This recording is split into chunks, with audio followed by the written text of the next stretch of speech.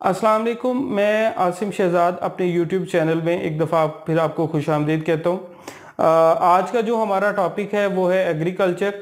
हमने ये इससे पहले जो टॉपिक पढ़े थे बेसिकली नेचुरल वेजिटेशन और कुछ और टॉपिक, उसके बाद जो है वो नेक्स्ट जो एक इम्पॉर्टेंट टॉपिक जो आपका ज्योग्राफी में आता है वो एग्रीकल्चर है। तो एग्रीकल्चर के अंदर आज हम देखते हैं कि क्या क्या चीज़ें जो है वो बहुत इंपॉर्टेंट होती हैं जिनका हमें पता होना चाहिए। सेकेंडली ये है कि पाकिस्तान के लिहाज से एग्रीकल्चर कितना इंपॉर्टेंट है। सबसे पहले तो आपको ये पता हो कि बेसिकली एग्रीकल्चर है क्या, या एग्रीकल्चर की हम डेफिनेशन जो है वो क्या कह सकते हैं या कैसे इसे डिफाइन कर सकते हैं। Basically agriculture is a cultivation of land, rearing of farm animals and poultry. ये तीनों का जो कॉम्बिनेशन है ये हमारा एग्रीकल्चर कहलाता है। अब इसमें सबसे पहली जो चीज आ जाती है वो है कल्टीवेशन ऑफ लैंड। तो ये आप क्लियर कर लें कि कल्टीवेशन ऑफ लैंड का मतलब होता है ग्रोइंग ऑफ क्रॉप्स। जो क्रॉप्स ग्रो करने का कंप्लीट प्रोसेस है, प्रोसीजर है, उसको हम कल्टीवेशन ऑफ लैंड कहते हैं। अब उसके अंदर प्लोइंग भी है, फिर उसके अंदर ट्रांसप्लांटिंग है, उसके अंदर कंप्लीट प्रोसेस है, फिर हार्वेस्टिंग है, थ्रेशिंग है, सारी चीजें शामिल होती हैं। सेकंड पार्ट है जो रेयरिंग ऑफ फार्म एनिमल्स, इसका मतलब है लाइव स्टॉक फार्मिंग। ये जो काउस, बफलोज, शीप, गॉट्स, ये सारी चीजें जो है वो इसी के अंदर शामिल है। और लास्ट में पोल्ट्री। तो ये तीनों के कॉम्बिनेशन के साथ एग्रीकल्चर बनता है। अब पाकिस्तान के अंदर जो एग्रीकल्चर है उसमें हम शुरू करते हैं सबसे पहले कि जो कितने तरह का जो एग्रीकल्चर है वो पाकिस्तान के अंदर होता है। तो उसमें मैं आपको बताता हूं। सबसे पहले तो आ जाता है स्मॉल स्केल फार्मिंग, फिर कमर्शियल फार्मिंग, अगर आप ये बोर्ड देख सकें, नोमैडिक हर्डिंग, प्लांटेशन एग्रीकल्चर और live stock farming. Small scale farming क्या है? स्मॉल स्केल फार्मिंग है, इसका मतलब ये है कि ऐसा फार्मर जिसके पास 5 to 10 एकड़ ऑफ लैंड होती है उसको हम स्मॉल स्केल फार्मर कहते हैं। और 1 एकड़ के अंदर आपकी 8 कनाल जो है वो जगह आती है। तो 5 to 10 एकड़ जिसके पास है वो पाकिस्तान में स्मॉल स्केल फार्मर है। और पाकिस्तान में मोर देन 50% जो लोग हैं, जो फार्मर्स हैं, वो स्मॉल स्केल फार्मर ही है। दूसरा कमर्शियल फार्मर्स, ये वो हैं जो बड़े बड़े जागीरदार हैं, बड़े बड़े लैंड लॉर्ड हैं, उनको हम कमर्शियल फार्मर्स कहते हैं। जिसके पास थाउजेंड्स ऑफ एकड़ ऑफ लैंड होती है वो हमारे कमर्शियल फार्मर्स में आते हैं। उसके बाद आ जाते हैं नोमैडिक हर्डिंग। ये जो नोमैडिक हर्डिंग है ये मैं आप एक सेपरेट वीडियो करूंगा जिसके अंदर हम नोमैडिक हर्डिंग को डिस्कस करेंगे। बेसिकली इसके अंदर कोई भी क्रॉप्स ग्रो नहीं की जा रही होती, ये एक और तरह की फार्मिंग है जो पाकिस्तान के सिर्फ बलूचिस्तान के इलाके में होती है। प्लांटेशन एग्रीकल्चर, कोई भी एक स्पेसिफिक इन्वायरमेंट के अंदर किसी एक स्पेसिफिक एरिया के अंदर कोई चीज ग्रो करना, वो हमारी प्लांटेशन एग्रीकल्चर है। और लास्ट है लाइव स्टॉक फार्मिंग, जिसके अंदर फार्म, डेयरी फार्म्स बनाए जाते हैं, काउस, बफलोज रखी जाती हैं, मिल्क प्रोडक्शन होती है, मीट प्रोडक्शन होती है, लेदर की प्रोडक्शन होती है, वो सारा लाइव स्टॉक फार्मिंग का हिस्सा है।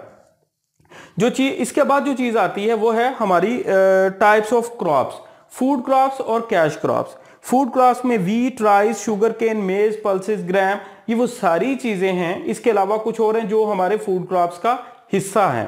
कैश क्रॉप्स में कॉटन, टोबैको, वीट, राइस और शुगर केन। अच्छा, इसके अंदर जो कॉटन है, आपको पता है कॉटन जो रुई बेसिकली ये इस्तेमाल होती है टू मेक द थ्रेड, धागा बनाने के लिए इस्तेमाल होती है। और उस धागे से फिर जो है वो धागा क्या होता है, वो एक रॉ मटेरियल है टू मेक द क्लोथ्स। ये जो शर्ट्स या किसी भी तरह का जो कपड़ा बनाया जाता है ये बेसिकली धागे से बनता है। और धागा किससे बन रहा होता है? ये कॉटन से, रुई से बन रहा होता है। अच्छा, और ये बहुत इंपॉर्टेंट क्रॉप है पाकिस्तान की। टोबैको भी है इसके अंदर। अच्छा, शुगर केन, वीट और राइस जो फूड क्रॉप्स है बेसिकली ये भी हमारी कैश क्रॉप्स भी हैं। उसकी रीजन ये है, जो स्मॉल स्केल फार्मर है वो तो सिर्फ ग्रो करेगा मैक्सिमम अपनी फैमिली के लिए, इसलिए हम उसे सबसिस्टेंस फार्मर भी कहते हैं। जो स्मॉल स्केल फार्मर है पाकिस्तान के अंदर वो सबसिस्टेंस फार्मर भी है। वो जस्ट उसका ये इरादा होता है कि मैं इतना ग्रो कर लूं कि मैं अपनी फैमिली को सपोर्ट कर सकूं। हम इतनी वीट, इतने राइस, इतने ये बाकी जो चीजें हैं वो ग्रो कर लें कि हम पूरा साल उनको इस्तेमाल कर सकें। जबकि कमर्शियल फार्मर का मोटिव ये होता है कि वो ये वीट, कॉटन और ये बाकी शुगर केन इतने बड़े पैमाने पे लगाता है कि वो इसको जो है वो बाद में सेल करता है, बल्क में सेल करता है टेक्सटाइल को इंडस्ट्री को या शुगर इंडस्ट्री को। इसी तरह से बाकी जो आपकी जो वीट है, राइस है, राइस स्पेशली जो है वो एक्सपोर्ट किए जाते हैं। पाकिस्तान का बासमती राइस जो वर्ल्ड वाइड एक बड़ा रिकग्नाइज्ड है, पूरी दुनिया के अंदर इसे माना जाता है। अमेरिका को और अरेबियन कंट्रीज को पाकिस्तान जो है वो बासमती राइस एक्सपोर्ट भी कर रहा होता है। अच्छा, फिर आगे ये लिखा हुआ कंपैरिजन। स्मॉल स्केल और कमर्शियल फार्मिंग का हम कंपैरिजन भी कर सकते हैं। देखें बड़ा इजी है। सबसे पहली चीज आती है कि स्मॉल स्केल फार्मर कौन है, वो जो छोटा फार्मर है जिसके पास बहुत थोड़ी लैंड है, 5 to 10 एकड़ लैंड है, ठीक है जी, जिसमें 5 to 10 एकड़ आ जाता है। जबकि हमारा जो कमर्शियल फार्मर है उसके पास 100 and thousands ऑफ एकड़ ऑफ लैंड आ जाती है। फिर आ जाती हैं जो टूल्स यूज कर रहे हैं। अब जो आपका स्मॉल स्केल फार्मर है वो मशीनरी अफोर्ड नहीं कर सकता, वो पुअर फार्मर्स हैं, स्मॉल स्केल हैं, सबसिस्टेंस फार्मर्स हैं, वो एनिमल्स यूज करते हैं लैंड को प्लो करने के लिए, ठीक है। जबकि कमर्शियल फार्मर ट्रैक्टर यूज करेगा, बड़ी बड़ी मशीन्स यूज की जाएंगी प्लोइंग के लिए, हार्वेस्टिंग के लिए, थ्रेशिंग के लिए। जबकि स्मॉल स्केल फार्मर इन सब कामों के लिए जो है वो हैंड टूल्स यूज करते हैं, सिकल यूज करते हैं, और इसके अलावा और बाकी स्मॉल जो हैंड टूल्स हैं वो यूज किए जाते हैं। फर्टिलाइजर्स, इंसेक्टिसाइड, पेस्टिसाइड्स, ये वो बहुत ही इंपॉर्टेंट चीजें हैं जो कि अनफॉर्चुनेटली हमारे स्मॉल स्केल फार्मर के पास नहीं है due to the lack of money. अच्छा, इसके अंदर एक और चीज भी आ जाती है जिससे हमारा जो फार्मर है वो साइकिल ऑफ पॉवर्टी के अंदर ट्रैप होता है। ये भी मैं अपने जो नेक्स्ट वीडियो है उसके अंदर आपको बताऊंगा।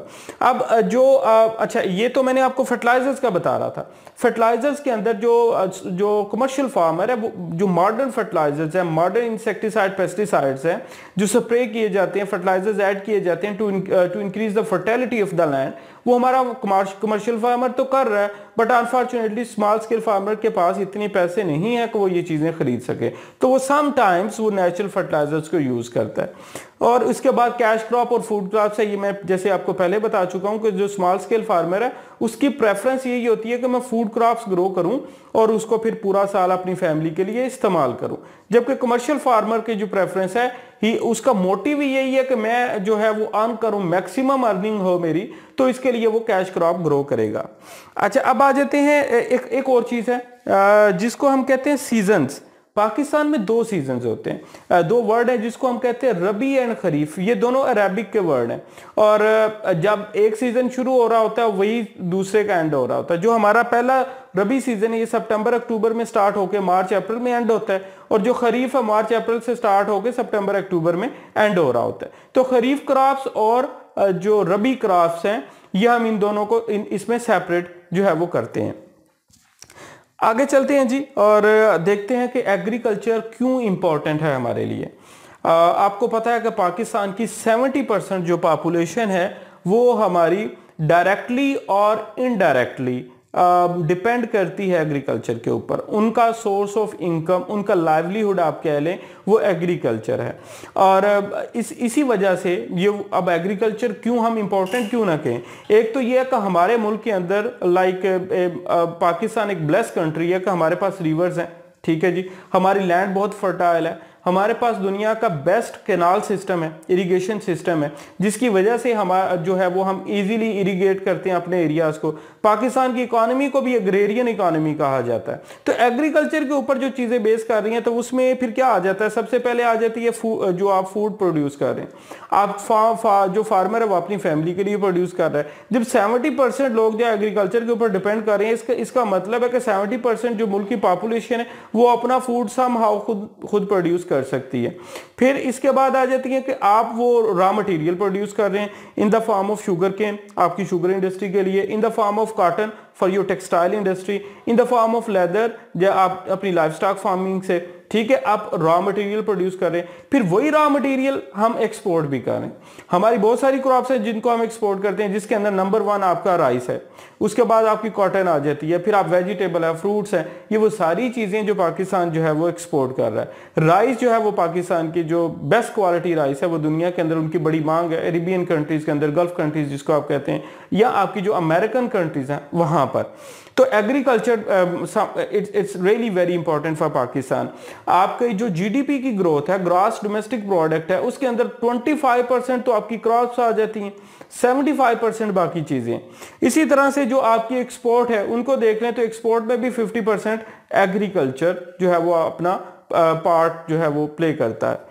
Life stock farming, Pakistan is a country like who is producing more milk in the world. आप कह लें कि पाकिस्तान जो टॉप 10 कंट्रीज है उनके अंदर आता है। दुनिया के जो 10 जो पहले मुल्क हैं जो आप कह लें टॉप के अंदर जो सबसे ज़्यादा मिल्क प्रोड्यूस कर रहे हैं, उनके अंदर एक पाकिस्तान भी शामिल है। हमारी लाइफ स्टॉक फार्मिंग के अंदर अगर देखें तो बहुत ज़्यादा ग्रोथ है। पिछले कुछ अरसे से इसके अंदर कंटिन्यूसली जो है वो इजाफा हमने देखा है और स्टिल हो रहा है, और इट्स रियली वेरी गुड। आप अपना मिल्क जो है वो खुद प्रोड्यूस कर रहे हैं, जो कि एक इसेंशियल पार्ट है आपकी डाइट का। आप मीट प्रोड्यूस कर रहे हैं, डेफिनेटली बहुत इंपॉर्टेंट है। आपकी जो लेदर प्रोडक्ट्स हैं उसमें देख लें, फिर बहुत सारी दुनिया को रोजगार मिल रहा है, जो कि एक आप कह लें आपकी इकोनॉमी के लिए बहुत अच्छा होता है।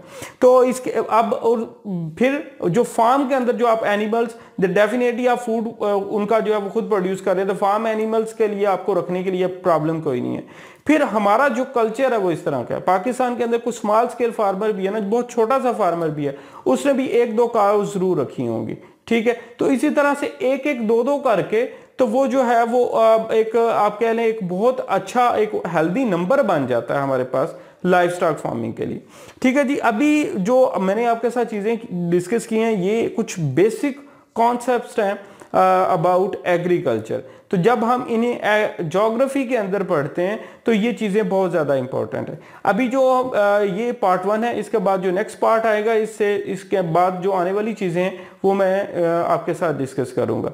Thank you so much for watching me. अल्लाह हाफिज़।